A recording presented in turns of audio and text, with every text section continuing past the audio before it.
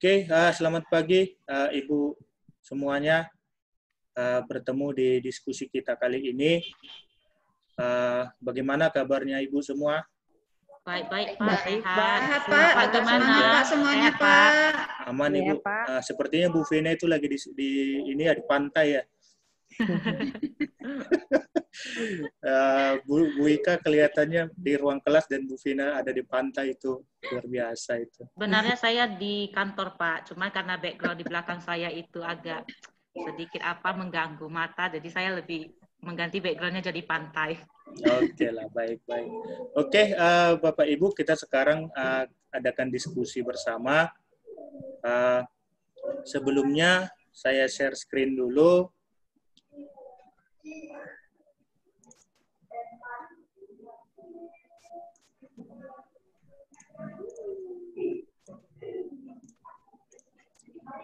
Udah kelihatan, Ibu ya? Oke.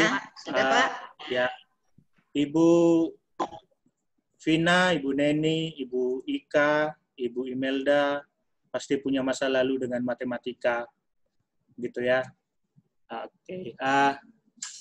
Kita punya topik sekarang itu mikirkan gimana caranya supaya belajar matematika itu bagi anak didik kita itu bisa nyaman, tidak takut belajar matematika, begitu Bapak Ibu ya. Jadi di sini ada saya buat semacam pertanyaan pemantik untuk kita. Mari kita mengenang masa lalu, mengenang matematikanya ya, bukan mengenang mantan-mantan yang lalu. Oke, ada 3 pertanyaan. Saya minta kesediaan Ibu untuk menjawab pertanyaan-pertanyaan ini. Kita mulai dengan pertanyaan pertama lah dulu. Bagaimana pengalaman Ibu ketika dulu belajar matematika di sekolah? Karena dulu pasti sekolah ya, dan pasti belajar matematika. Coba saya minta pendapat Ibu Ika. Boleh Ibu Ika? Boleh Pak. Ya, gimana Ibu pengalaman Ibu dulu ketika belajar matematika di sekolah? Bolehlah SMP atau SMA gitu. Iya, kalau saya Pak ditanya matematika, dari namanya udah matematika. Pelajaran yang membuat saya membingungkan, 1, kedua ketakutan, ketiga gimana bisa belajarnya gitu.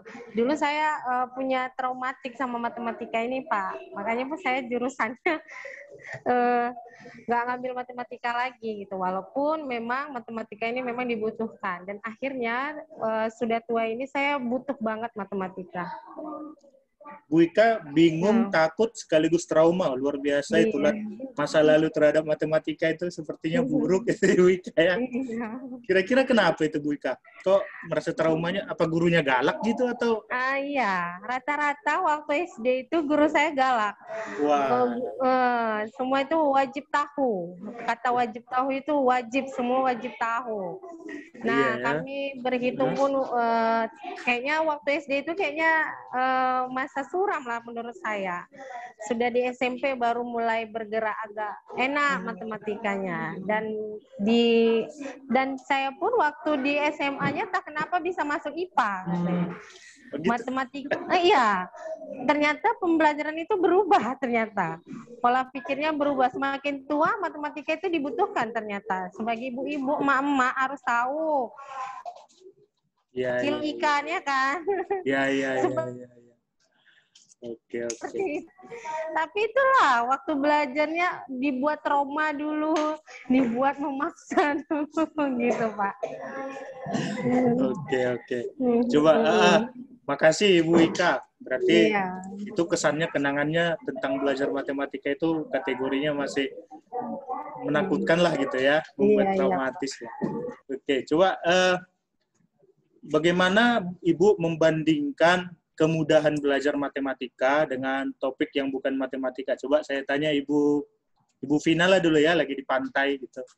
Ibu Vina, gimana Ibu kira-kira kalau disuruh membandingkan belajar matematika dengan bukan matematika itu gimana? Oke, terima kasih Pak Agus.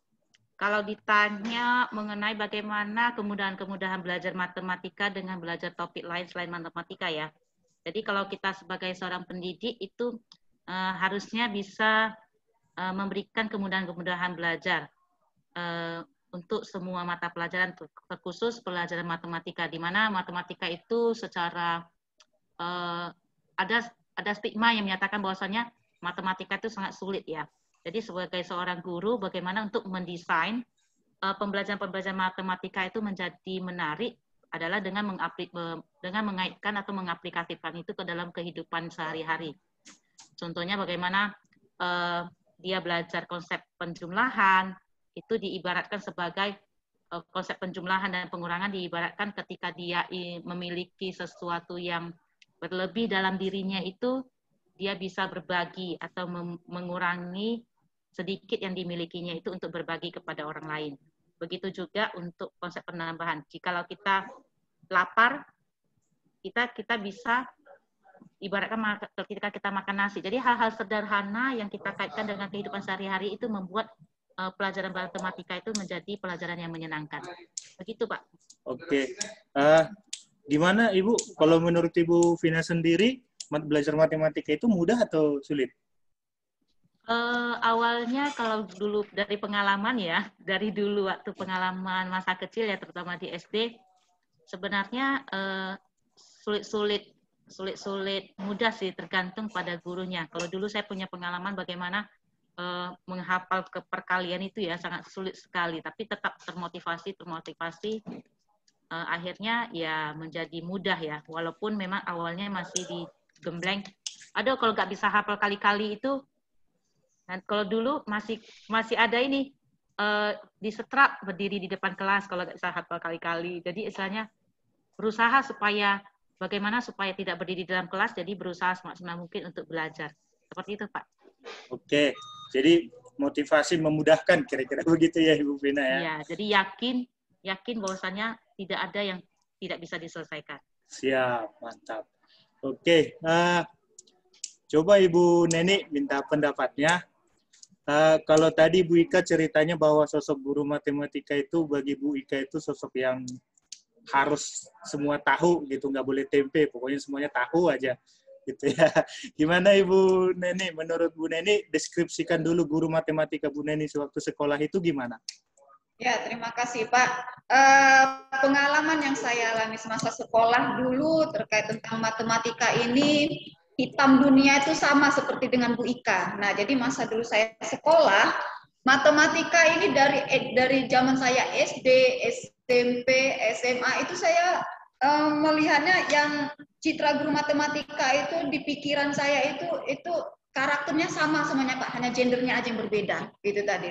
Nah, jadi guru matematika itu waktu masa saya dulu ya terlalu disiplin, belum lagi masuk dalam pembelajaran, sudah terlalu disiplin dalam kelas ya, sehingga belum lagi dimulai apa-apa itu rekan-rekan saya aja bahkan yang pintar sekalipun itu udah pada gemetaran itu duduk di bangku masing-masing, itu konon lagi saya seperti itu. Nah, sehingga apapun yang disampaikan sama guru saya itu satupun nggak ada yang masuk itu Pak, di kepala belok semua dia jadinya.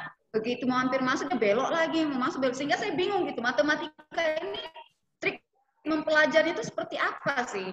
Kemudian apa sih kunci gitu, kata kuncinya untuk bisa nianya matematika itu bagaimana gitu, sampai sekarang masih saya bingung. Jadi memang kalau ditanyakan tentang matematika kepada saya hingga saya seusia yang sekarang ini, itu citra matematika bagi saya begitu hitam sekali, itu seperti dunia hitam itu. Ilmunya cukup hitam kali memang ilmunya. Jadi kalau memang mau membahas matematika kayaknya memang harus dihadapkan juga dengan kehitamannya kopi seperti itu Pak. Seperti itu kira-kira Pak sosoknya guru matematika bagi saya. Siap Bu Neni. Ketika Bu Ika bilang segala tahu putih, lah Bu Neni tiba-tiba hitam. Waduh, memang matematika membingungkan ya Bapak Ibu ya. Oke. Bapak Ibu semua, kita sekarang kan sudah jadi guru nih. Nah, setidaknya ketika anak didik kita bertanya sesuatu tentang pembelajaran, termasuk matematika, setidaknya kita pahamlah di mana harusnya belajar itu. Karena dari pengalaman kita masing-masing, kita udah tahu, bisa membayangkan, dulu saya belajar matematika begini, dulu guru saya belajar matematika begini, sekarang seharusnya bagaimana. Kan begitu Ibu ya. Oke, mari kita diskusi Ibu. Ini ada beberapa pertanyaan diskusi kita. Sebelumnya ini saya copy dulu. Ibu bisa lihat di ini, saya tutup sebentar ya. Saya tutup sebentar.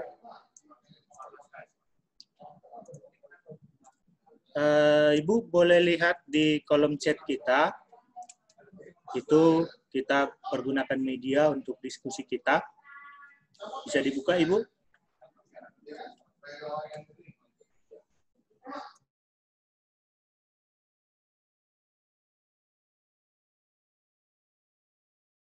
Bisa, Pak. Oke, Ibu Neni, Ibu Ika, sudah bisa dibuka?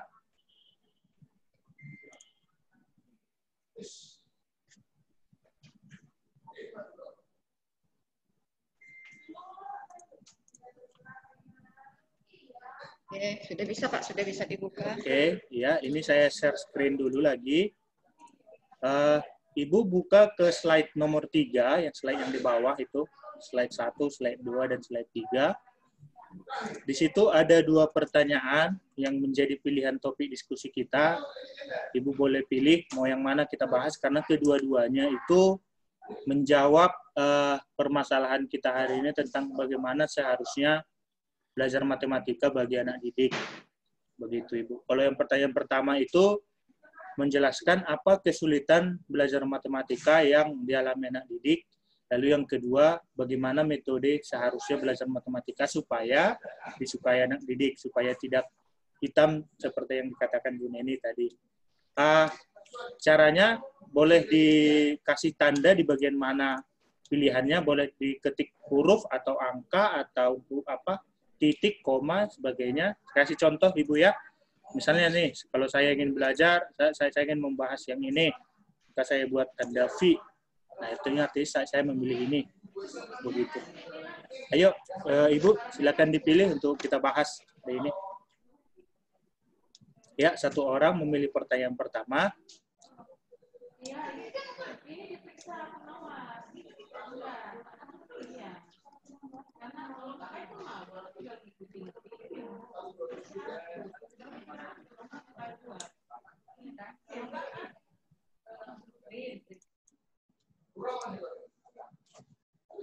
Ayo Ibu, dipilih.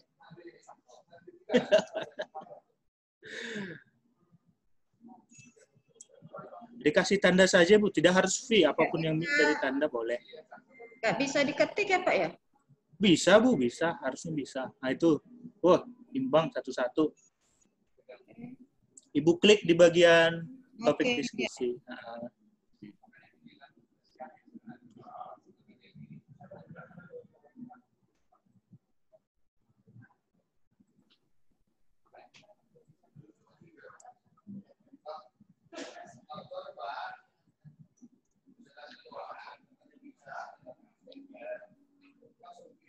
Ini yang keluar.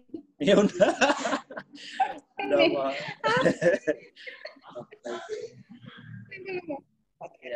Ya sudahlah, artinya Bu Neni pilih itu ya. Ah, udah itu. Oke. Iya. 3 ya, 1 lagi harusnya.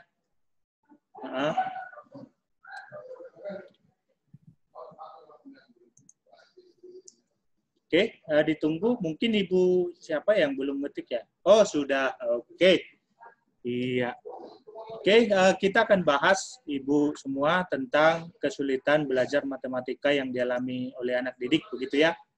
Nah, tadi kan kita udah diskusi nih, apa yang kita alami sewaktu belajar matematika dulu di sekolah. Tentu, seperti yang Bu Ika dan Bu Neni katakan, ada banyak kesulitan yang dialami.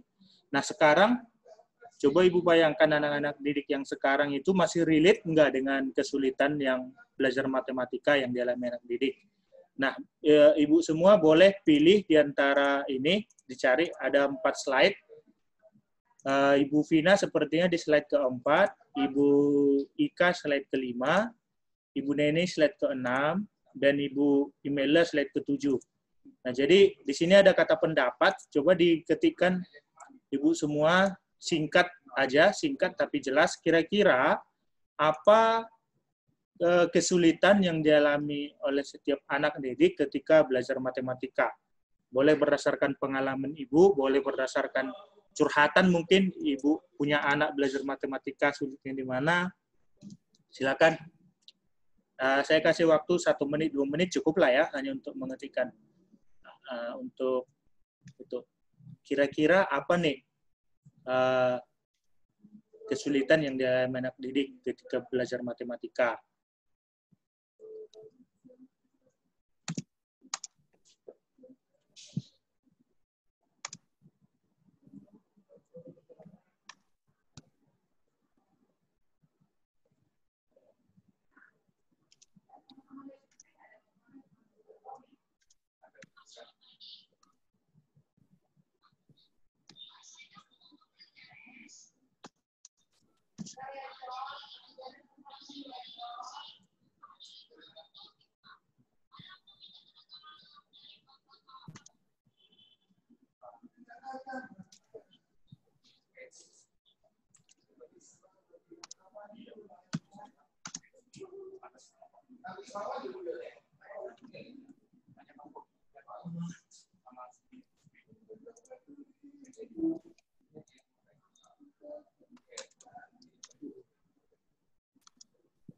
Wah, Bu Neni ngetiknya lancar itu, mencurahkan isi hati sepertinya ini. Kalian kayaknya Pak, kenapa nggak pindah gitu ya guru sekarang ini ke zaman dulu gitu. Siap, siap. Oke, ada Bu Vina juga. Oke, Bu Vina, kesulitannya memahami topiknya, kontennya khususnya ketika mengerjakan soal cerita. Oke, bisa. Bu Imelda, siswa sulit menyelesaikan soal cerita dan bingung ketika cerita yang diberikan berbeda dengan cerita yang dicontoh soal. Oke, Bu Imelda dan Bu Vina sepertinya punya satu kesamaan, yaitu kesulitannya itu di bagian soal cerita ya. Dan ditambahkan Ibu Imelda itu, kalau soalnya beda dengan ketika diberikan contoh itu lebih bingung lagi tuh siswanya. Gitu ya. Oke. Bu Neni, sistem perumusan seperti benang kusut. Waduh. Karakter guru ekstrim. Waduh. Wah, sepertinya Bu Neni punya banyak kesulitan ini. Oke, nanti kita bahas ya. Nah, bisa sambil ngopi kita ya Pak ya. Bisa Ibu Bahas matematika dulu Pak, jadi membongkar masa lalu yang cukup kelam seperti itu. Oh, luar biasa. Berarti masa lalu memang bukan sekedar kenangan ya, membekas di hati gitu. Ya, benar, membekas. Dengan roll yang panjang dan penghapus kayunya. Siap. Oke, sambil menunggu Bu Ika, kita bahas dulu. Kita mulai dengan pendapat Ibu Vina bahwa kesulitan yang dialami oleh peserta didik itu memahami konten pembelajaran khususnya untuk soal-soal cerita. Sama ya dengan Ibu Imelda juga. Nah, kira-kira Bu Vina, kenapa menurut Bu Vina nih, kenapa siswa sulit paham kalau dia bentuknya soal cerita? Apakah kesulitannya karena ceritanya atau tidak bisa dapatkan matematiknya atau gimana menurut Bu Vina? Oke, terima kasih Pak Agus. Kalau pengalaman yang saya alami ya ketika membelajarkan peserta didik itu, lebih cenderung langsung straight to the point. Artinya dia tanpa membaca soalnya dulu langsung menebak aja. Kira-kira ini soalnya tambah atau kurang, atau bagi atau kali. Padahal berarti di satu sisi kemampuan literasi anak-anak juga. Artinya kemampuan literasi peserta didik dalam memahami soal cerita tersebut. Jadi apakah seperti ya kalau misalkan di FPB, KPK itu kan pasti soal ceritanya kan sulit sekali. Jadi kalau kita sampaikan FPB dari 9, KPK dari 15, nah mereka langsung bisa menyelesaikannya. Tapi kalau kita buat sajikan dalam bentuk soal seperti Budi pergi berenang 2 hari sekali, Mona pergi berenang 3 hari sekali, kapan mereka bertemu? Nah, Ya. itu kan akan sulit sekali. Ya. Jadi memahami apa sebenarnya yang dimaksud di dalam soal itu, begitu Bu Vina ya? Iya, Oke, Pak. iya. Berkaitan juga dengan yang Bu Vina katakan tadi untuk literasi ya. Memang di pembelajaran matematika itu ada satu kemampuan matematik namanya literasi matematis. Oke. Nah, sama dengan Ibu Imelda juga ini kesulitan dengan soal cerita, tapi ditambahkan ketika soalnya beda dengan contoh yang diberikan, makin bingung itu siswa. Kira-kira kenapa itu Ibu Imelda? Baik Pak, saya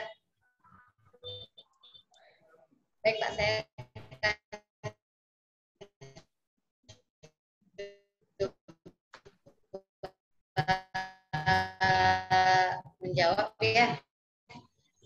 Ini berdasarkan pengalaman ya Pak ya. Halo? Ya Bu, silakan Ibu. Halo? Ya Bu, silakan. Siswa sulit menyelesaikan soal cerita matematika. Jadi kebiasaan bahwa pemikirannya matematika itu hanya tentang angka dan rumus ya. Sementara kebiasaan mungkin di kelas yang sebelumnya hanya tambah-tambah dan kurang-kurang. Begitu ketemu soal cerita, mereka bingung ke mana arahnya. Jadi saya sebagai guru matematika yang juga jurusan matematika sudah berusaha memperbaiki itu sebenarnya dalam beberapa tahun ini, dan ada yang saya dapatkan perubahan dengan metode realistik ya, pembelajaran matematika realistik. Saya bawa mereka keluar, saya bawa mereka belajar dari cerita-cerita sehari-hari, saya bawa mereka mengerti bahwa matematika itu ada dalam kehidupan sehari-hari. Sudah berubahkah? Belum ternyata Bapak dan Ibu. Ternyata ada mungkin sudah ada 60% yang sudah berubah ya. Sudah mampu menyelesaikan soal cerita itu. Tapi masih ada beberapa lagi memang yang mungkin ketika saya ganti soalnya, alurnya saya balik-balikkan gitu, saya tambah sesuatu yang mungkin nggak dipakai di soal, mereka bingung gitu. Jadi ada memang 40% siswa yang harus plek-plek sama ceritanya. Tapi 60% siswa sudah mulai menggunakan berpikir kritis dan berpikir kreatif.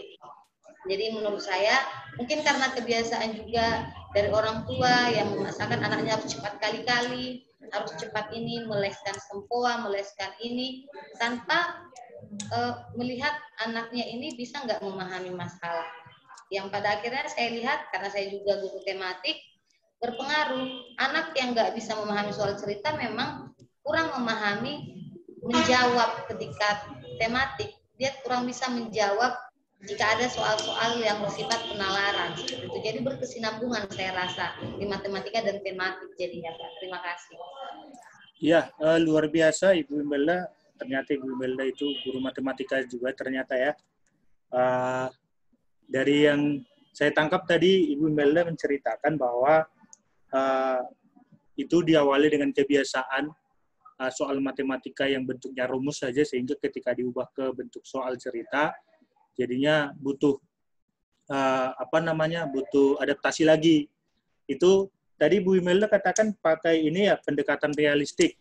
Iya, PNR Pak. Ya, gimana itu? Jadi saya nggak langsung ke rumus. Jadi misalnya tadi Ibu Vina singgung sedikit tentang Ibu Vina tadi singgung sedikit tentang FPB dan KPK, jadi saya tidak pernah langsung masuk. Kita materi FPB dan KPK, saya tidak pernah masuk seperti itu.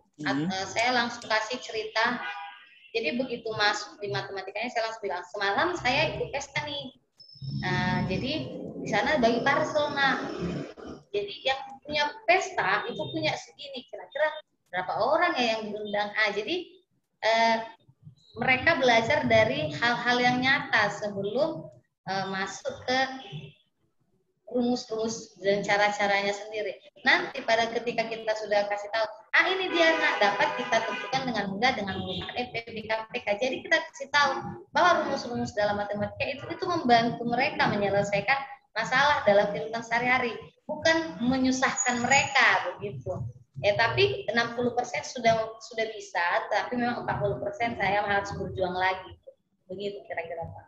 Oke, ya terima kasih Bu Imelda. Jadi Ibu semua, sedikit dari yang kita dapat dari Ibu Imelda ini, kita bisa menggunakan pendekatan realistik, artinya ketika membawakan soal matematika, ya dibawalah ke kontekstual, ke realistik yang dialami oleh anak didik. Kira-kira begitu ya Ibu Imelda ya. Oke, mari kita minta pendapat Ibu Neni ini. Katanya kesulitannya itu di perumusan, lalu didukung karakter guru yang ekstrim, banyak langkah-langkah membingungkan. Menurut Bu Neni ini kesulitannya ini yang Ibu alami atau gimana ini Bu Neni? Atau ada anak yang pernah cerita ke Ibu tentang ini? Sulitnya di sini gitu? Ini kesulitan yang langsung memang saya alami. Oh gitu. Jadi iya benar, mungkin saja anak-anak sekarang sebagian kecilnya ya mungkin ya PM, sebagian kecilnya mungkin mengalami hal yang sama meskipun terobosan dalam mempelajari matematika untuk zaman sekarang itu untuk para gurunya memang sudah melakukan berbagai macam upaya yang lebih sederhana, yang lebih sistematis seperti itu. Nah, tetapi mungkin tetap saja seperti yang dikatakan dengan Ibu Imelda tadi, tetap saja di dalam satu kelas itu pasti masih ada juga terdapat beberapa orang yang masih sulit gitu untuk memahaminya gitu. Nah, tetapi itu mungkin untuk zaman sekarang ya mungkin dalam ukuran yang jumlah kecil. Nah, tapi kalau yang seperti yang saya alami dulunya, mengapa sulit gitu mempelajari matematika ini, apa yang sulit? Matematika ini dasarnya saja memang sudah isi dalamnya kandungannya itu memang sudah totalitas adalah rumus. Nah, jadi ketika pun ada menemukan soal yang berupa soal cerita ya, berupa soal narasi, tetap kembali kepada rumus. Nah, di situ yang membingungkan saya itu seperti yang dikatakan dengan rekan yang lainnya juga, ketika dalam teori pembelajaran rumus yang diberikan pada saat ada muncul soal berupa cerita, itu pengaplikasiannya sangat berbeda ternyata. Nah, di situ sudah timbul lagi rasa keraguan, rasa bingung dan seperti tersesat di dalam terowongan yang baru lagi seperti itu. Nah, ditambah lagi dengan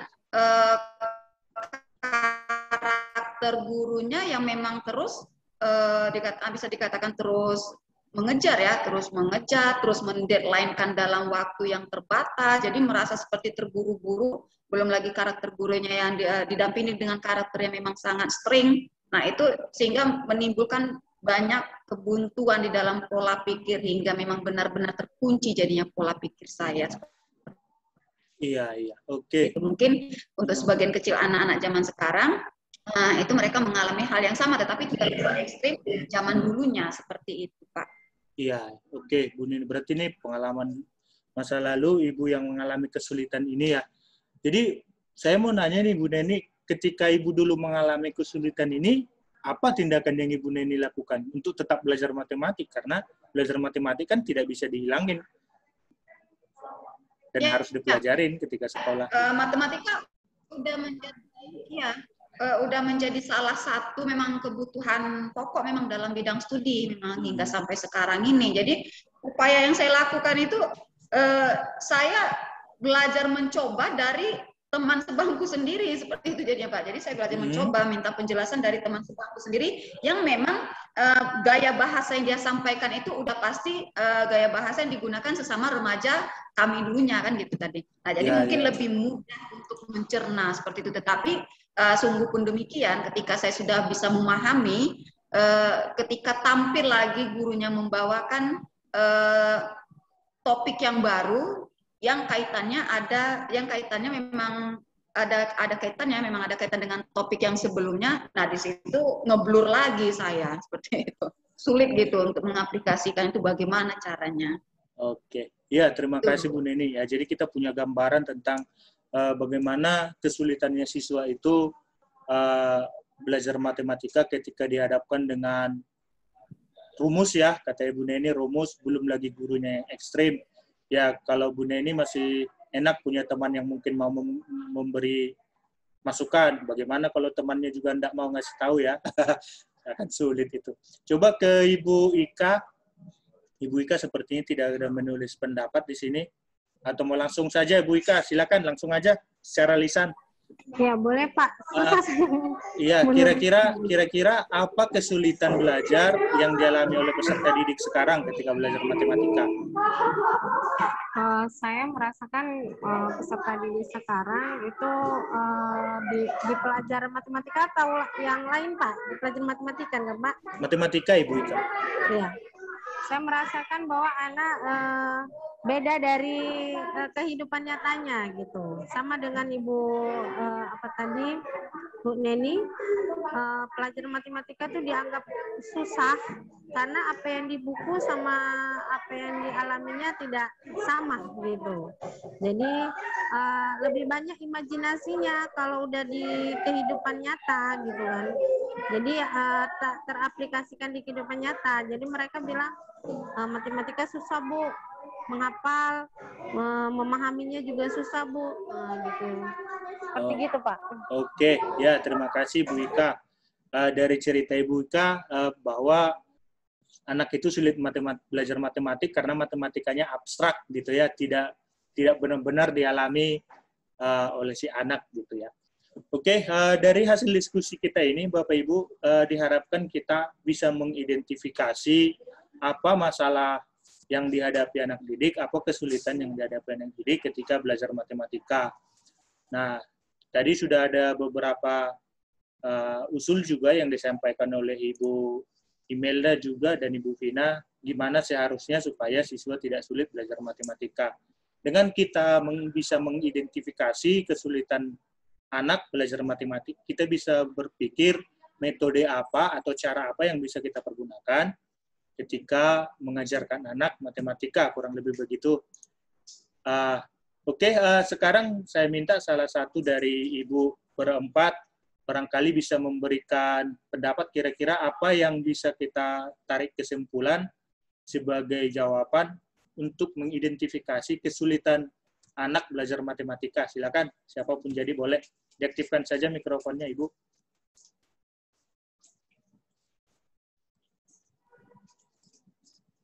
Ya, mungkin saya, Pak. Ya, silakan Ibu Neni. Dengan mengajak siswa lebih rileks, lebih santai, tidak terlalu memburu dalam pelajari sistem metode matematika ini, mungkin lebih cepat membuka pola pikir siswa gitu. Jadi artinya guru lebih mudah untuk menginput sistem pembelajaran matematika ke dalam pola pikir anak-anak, dan untuk perumusan matematika mungkin lebih baik penyederhanaannya lebih maksimal lagi untuk sistemnya. Jadi sistem penyederhanaan lebih maksimal, dan dalam kajian metode penyampaian perumusan secara teori dengan metode menjawab soal secara tertulis itu setidaknya ada sinkronisasi yang kuat, seperti itu Pak menurut saya. Oke, terima kasih Bu Neni. Saya tambahkan juga, seperti yang Bu Neni katakan juga, saya tambahkan bahwa memang di sini ketika seorang anak bisa diidentifikasi di bagian mana dia punya kelemahan, kesulitan, maka bisa diimprove seperti yang Bu Neni bilang tadi, diimprove metode pembelajarannya dan termasuk bagaimana cara pendekatan pembelajaran untuk anak supaya tidak sulit belajar matematika. Begitu ya Ibu ya. Oke, saya minta Ibu semua untuk mencoba menyimpulkan masing-masing kira-kira dari yang sudah kita diskusikan ini, bagian mana kita yang sudah merasa cukup paham tentang kesulitan belajar matematika anak, dan kira-kira apa yang seharusnya bisa lebih baik untuk kita pahami, untuk kita identifikasi kesulitan belajar matematika anak, supaya anak itu tidak lagi takut, tidak lagi khawatir belajar matematika. Saya minta Ibu berempat nanti menuliskan refleksi ini masing-masing di satu lembar, boleh di Word, diketikkan, nanti dikirimkan ke LMS kita, Ibu ya. Di grup juga boleh. Saya kira demikian Ibu berempat untuk diskusi kita kali ini. Terima kasih untuk kebersamaannya. Mudah-mudahan apa yang kita diskusikan kali ini bermanfaat untuk kita semua. Oke, kita tutup pertemuan diskusi kali ini. Kita akan bertemu kembali di sesi berikutnya. Sampai jumpa Ibu semua. Aduh, saya